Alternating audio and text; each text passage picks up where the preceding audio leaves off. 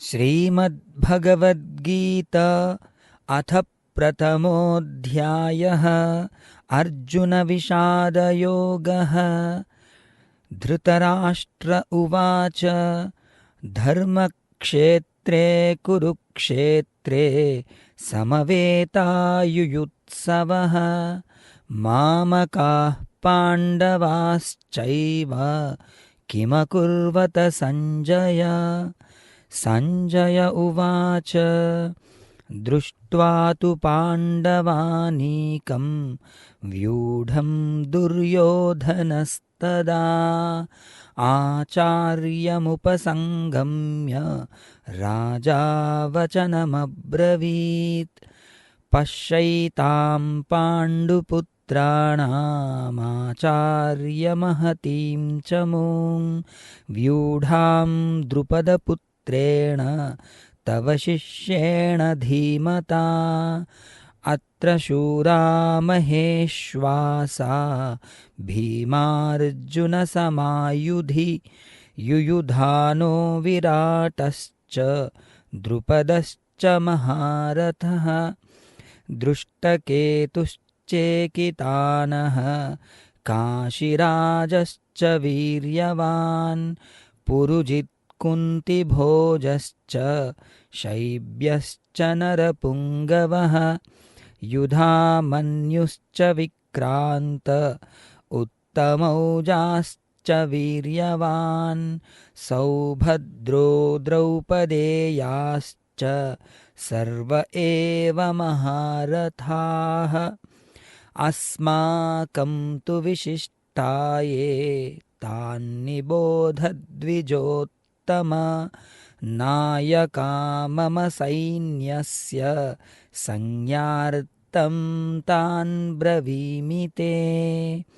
भवान् भीष्मश्च कर्णश्च कृपश्च समितिञ्जयः अश्वत्थामा विकर्णश्च सौमदत्तिस्तथैव च अन्ये च बहवः शूरा मदर्थे त्यक्तजीविताः नानाशस्त्रप्रहरणाः सर्वे युद्धविशारदाः। अपर्याप्तं तदस्माकं बलं भीष्माभिरक्षितं पर्याप्तं त्विदमेतेषां बलं भीमाभिरक्षितम्। अयनेषु च सर्वेषु यथाभागमवस्थिताः भीष्ममेवाभिरक्षन्तु भवन्तः सर्व एव हि।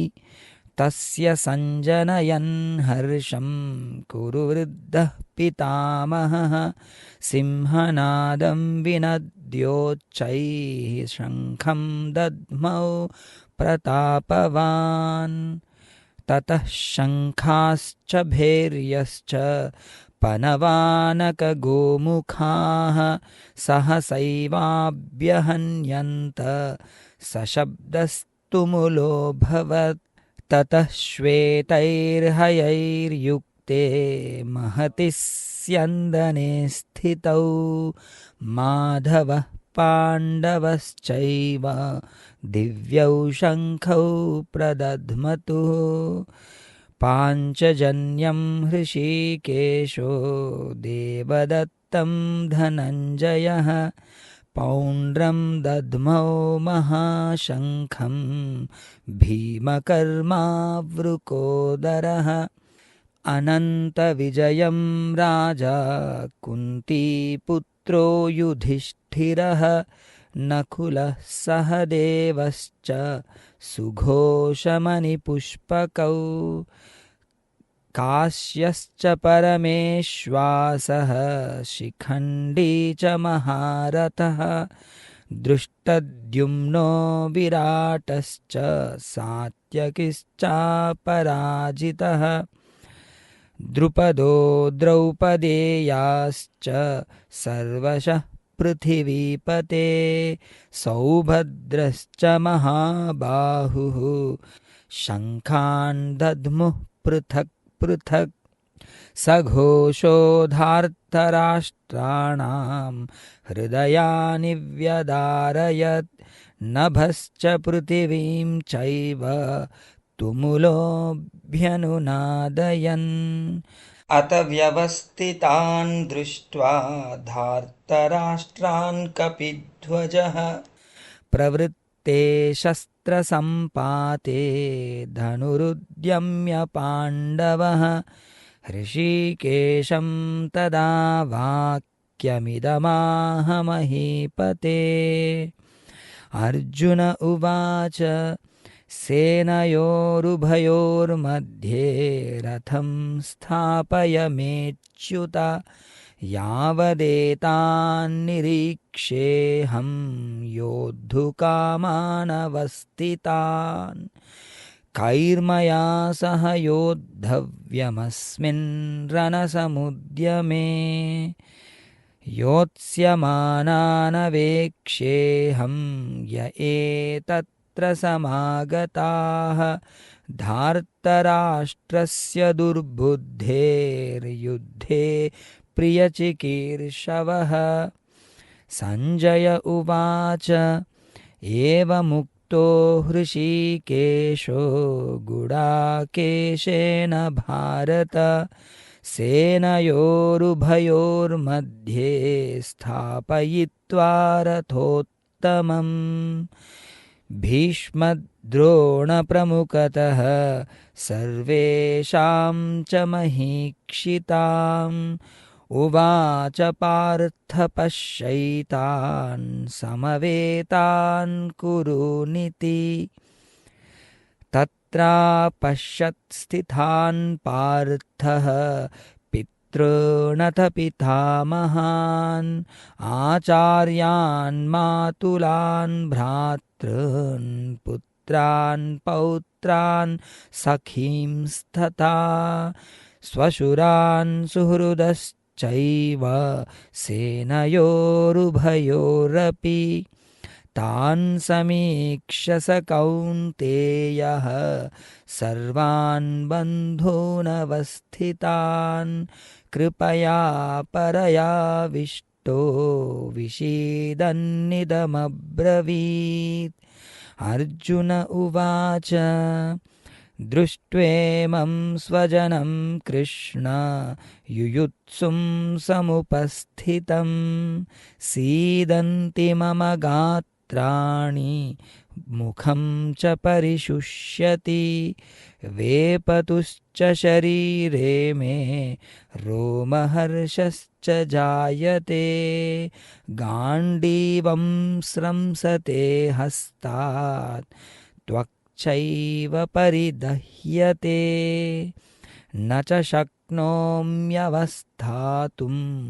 भ्रमतीव च मे मनः निमित्तानि च पश्यामि विपरीतानि केशव न च श्रेयोनुपश्यामि हत्वा स्वजनमाहवे न काङ्क्षे विजयं कृष्ण न च राज्यं सुखानि च किं नो राज्येन गोविन्द किं भोगैर्जीवितेन वा येषामर्थे काङ्क्षितं नो राज्यं भोगा सुखानि च त इमेव स्थिता युद्धे प्राणां त्यक्त्वा धनानि च आचार्याः पितरः पुत्रास्तथैव च पितामहाः मातुलाः श्वशुराः पौत्राः श्यालाः सम्बन्धिनस्तथा एतान्न हन्तुमिच्छामि घ्नतोऽपि मधुसूदन अपि त्रैलोक्यराज्यस्य हेतोः किं नु मही कृते निहत्य धार्तराष्ट्रान्नः का प्रीतिः स्याज्जनार्दन पापमेवाश्रयेदस्मान् हत्वैतानाततायिनः तस्मान्नार्हवयं हन्तुं धार्तराष्ट्रान् सबान्धवान् स्वजनं हि कथं हत्वा सुखिनः स्याम माधव यद्यप्येतेन पश्यन्ति लोभोपहत चेतसः कुलक्षयकृतं दोषं मित्रद्रोहे च पातकम् कथं न ज्ञेयमस्माभिः पापादस्मान्निवर्तितुं कुलक्षयकृतं दोषं प्रपश्यद्भिर्जनार्दन कुलक्षये प्रणश्यन्ति कुलधर्माः सनातनाः धर्मे नष्टे कुलं कृत्स्नमधर्मोऽभिभवत्युत अधर्माभिभवात् कृष्ण प्रदुष्यन्ति कुलस्त्रियः स्त्रीषु दुष्टासु वार्ष्णेय जायते वर्णसङ्करः संकरो नरकायैव कुलघ्नानां कुलस्य च पतन्ति पितरो ह्येषां लुप्तपिण्डोदकक्रियाः दोषैरेतैः कुलघ्नानां वर्णसङ्करकारकैः उत्साद्यन्ते जातिधर्माः कुलधर्माश्च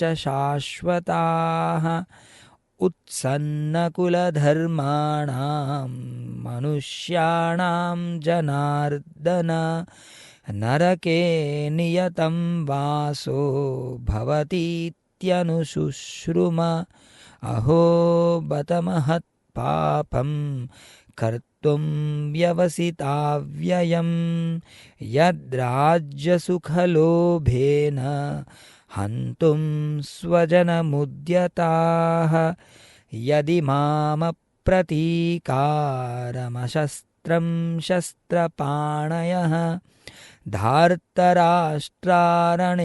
हन्युस्तन्मे क्षेमतरं भवेत् संजय उवाच एवमुक्त्वार्जुनः संख्ये रथोपस्थ उपाविशत् विसृज्य सशरं चापं शोकसंविघ्नमानसः इति श्रीमद्भगवद्गीतासूपनिषत्सु ब्रह्मविद्यायां योगशास्त्रे श्रीकृष्णार्जुनसंवादे अर्जुनविषादयोगो नाम प्रथमोऽध्यायः। हरे कृष्णा कृष्ण कृष्ण हरे हरे हरे राम राम राम हरे हरे।